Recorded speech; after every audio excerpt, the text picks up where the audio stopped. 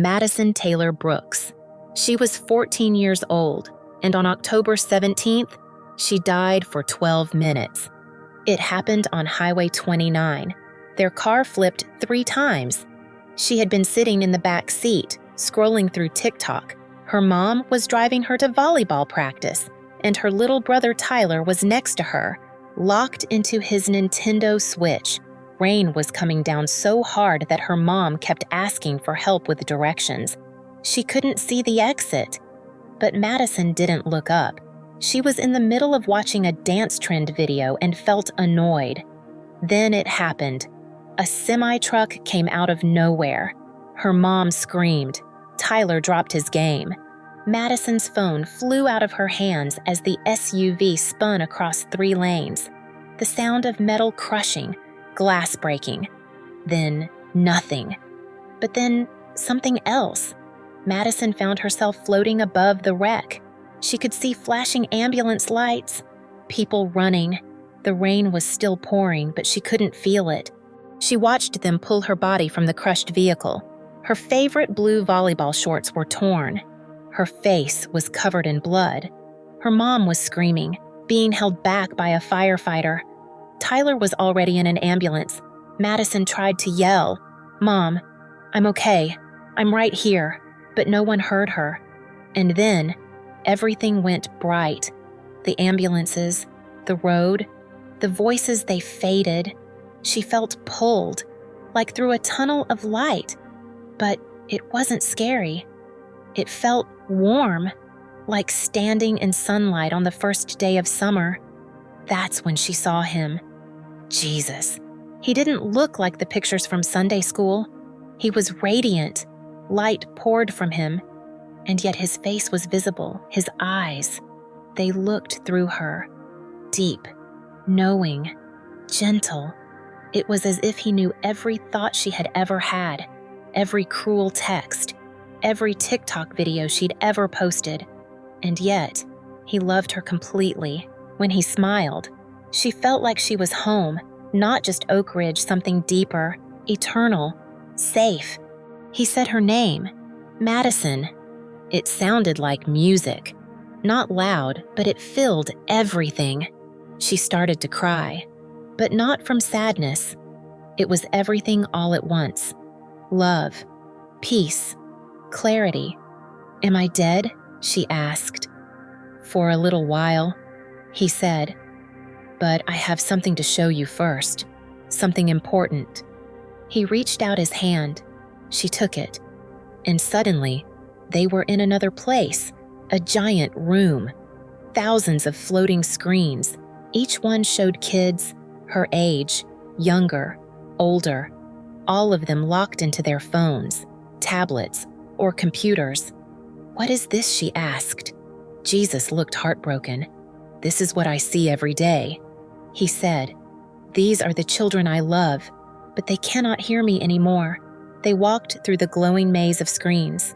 Each kid was hunched over, scrolling mindlessly. Their eyes looked empty, and around each one, shadows, dark figures whispering into their ears. "What are those?" she whispered. "The enemy's workers." Jesus answered, "They speak lies through the screens." He brought her to one screen. A girl around Madison's age was crying while scrolling through Instagram. Around the girl's neck was a heavy chain. At the end of it, her phone. Each swipe added another link. The shadows fed the chain. "Her name is Emma," Jesus said. "She believes she is worthless. She spends 6 hours a day comparing herself to lies." Madison felt sick. That had been her too. She remembered crying in her room when Kylie posted birthday party pictures. She wasn't invited. That night, she'd scrolled through perfect lives for hours, feeling emptier with every swipe. Jesus touched the screen. Madison could hear Emma's thoughts. "Nobody would care if I wasn't here. Look how happy everyone else is." "But that's not true," Madison said. Shaken, "People would care. You understand," Jesus replied quietly, "but she can't hear truth anymore. The voices from the screen are too loud." They moved on. Another screen. A boy, maybe 12, playing a violent video game. Each kill made the shadows grow stronger. He looked pale, exhausted. He hasn't slept more than 4 hours a night in 3 years. Jesus said, "These games were made to trap him. His parents don't know he's playing until 3 a.m. His anger is rising. His compassion is shrinking." Madison thought about Tyler. Just last week, he threw his controller at her when Mom made him turn the game off for dinner. Jesus showed more screens, kids laughing while sending cruel messages, girls taking inappropriate photos for attention, boys watching violent, sexual content. Shadows danced with glee around them, screens glowing like tiny prisons. Jesus turned to Madison and said, "Do you know how many hours of your life have been spent looking at a screen?" She shook her head. With a wave of his hand, he showed her what looked like an hourglass, but instead of sand, it was filled with shimmering moments from her life, moments lost. She saw herself sitting on the couch while her grandmother tried to share stories from her childhood. Madison had been too busy watching YouTube. She saw sunsets she'd missed while taking selfies instead of looking at the sky. She saw her little brother begging to play with her, and she'd ignored him to keep scrolling. Date, 4:22 hours. Jesus said gently, "That's how much of your life was given to a screen." She did the math in her head. That was over a year of her life. Gone. "But everyone does it," she whispered, feeling small. "Yes," he replied. "And that's why I'm showing you this." He told her the enemy had found a way into every home, every bedroom, every mind without anyone noticing. Parents hand these devices to their kids, not realizing they're giving them poison. Small, addictive doses of poison. Then Jesus showed her something that broke her heart. He revealed moments, hundreds of them, where he had tried to speak to her. Times when she had been alone in her room, walking to school, lying in bed at night. Moments he was near, wanting to guide her, comfort her. And every single time, she had picked up her phone instead. She had chosen noise over his voice. The greatest trick, Jesus said, was making people believe they were connected when they were actually more alone than ever. Tears streamed down Madison's face. "I'm sorry," she whispered. "I didn't know." He put his arm around her. "This is why you're seeing this, Madison, because others need to know." Then he showed her one final scene. It was her family's living room, but different. No screens, no distractions. They were playing a board game. Her mom was laughing. Tyler was smiling. Outside, it was raining, just like the day of the accident. But inside, it was warm, peaceful, bright. She could almost smell her mom's cookies baking in the kitchen. "This could have been tonight," Jesus said softly. "If the phones had been put away." Her heart broke. She realized how many precious moments she'd missed by staring at a screen. Then Jesus looked at her with that same loving expression. "Madison," he said, "your time here isn't finished. You have an important message to share." She hesitated. "But I don't want to go back," she said, her voice shaking. "Being here with you, it feels right." He smiled. That smile that made her feel completely seen, completely safe. "I'm always with you, Madison," he said. "But your family needs you, and others need to hear what you've seen." "Will they listen?" she asked. "Some will," he said, "and that's enough to begin changing things." He reached out and touched her forehead. Suddenly, she was being pulled backward away from the light, through the tunnel, faster and faster. Then pain, real, sharp, burning pain, beeping machines, bright hospital lights, voices shouting, "She's back! We've got a pulse!" She gasped, like swallowing fire. Her chest hurt, her body ached. Her left leg wouldn't move. A breathing tube was down her throat. The doctors called it a miracle. They said her heart had stopped for 12 minutes. They expected brain damage, but every test came back normal. They couldn't explain it. Her mom cried for 3 days straight. Her dad, who had been away on a business trip, refused to leave her side once he arrived. Tyler made her a card that said, "Best sister ever," even though she hadn't exactly been kind to him lately.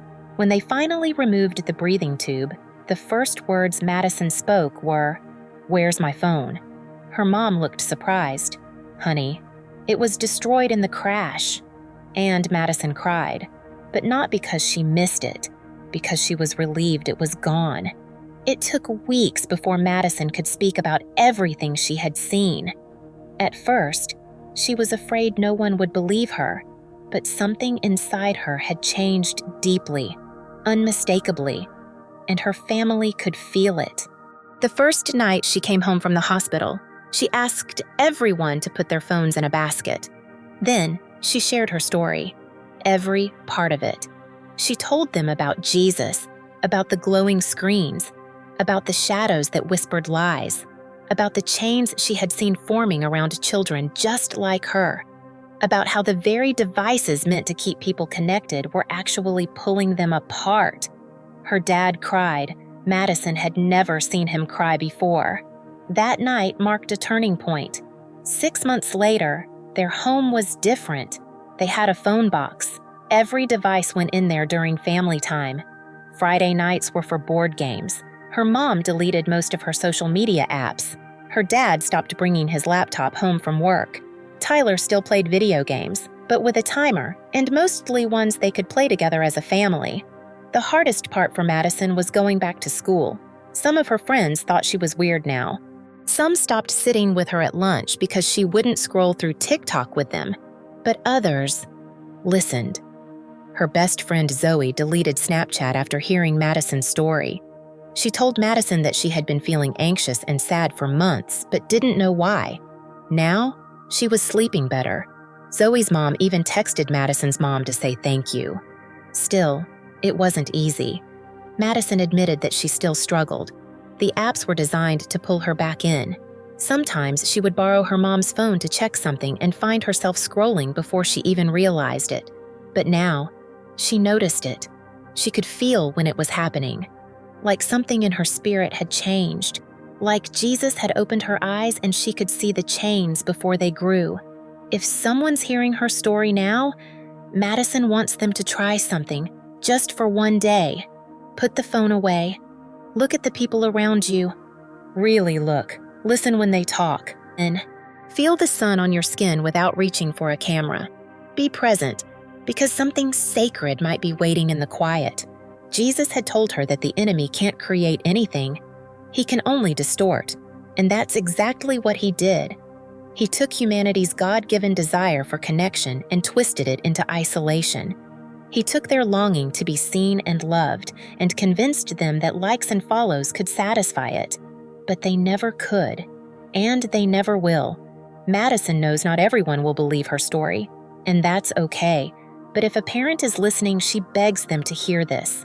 Their children need them to be brave, to set boundaries that the kids themselves can't set, to create a space where God's voice can be louder than the digital noise. And if someone her age is listening, she wants them to know something important. They are worth more than their follower count. The perfect lives they see online, they're not real. The shadows want them to believe they're missing out. But the truth is, real life is happening all around them, right now. And Jesus is trying to get their attention. Maybe this story is one of the ways he's doing it. Madison doesn't have all the answers. She's just a 14-year-old girl who died for 12 minutes and came back different. But she knows what she saw. She knows what she felt. And she knows this world can't keep living like this, heads down, thumbs scrolling, hearts empty. So she has one message left. Put down your phone. Look up. He's waiting. Because the truth is, none of us know how much time we have left. And Madison Taylor Brooks doesn't want to waste another second of hers. Not on shadows. Not on screens. She died on October 17th, and Jesus sent her back to tell you this.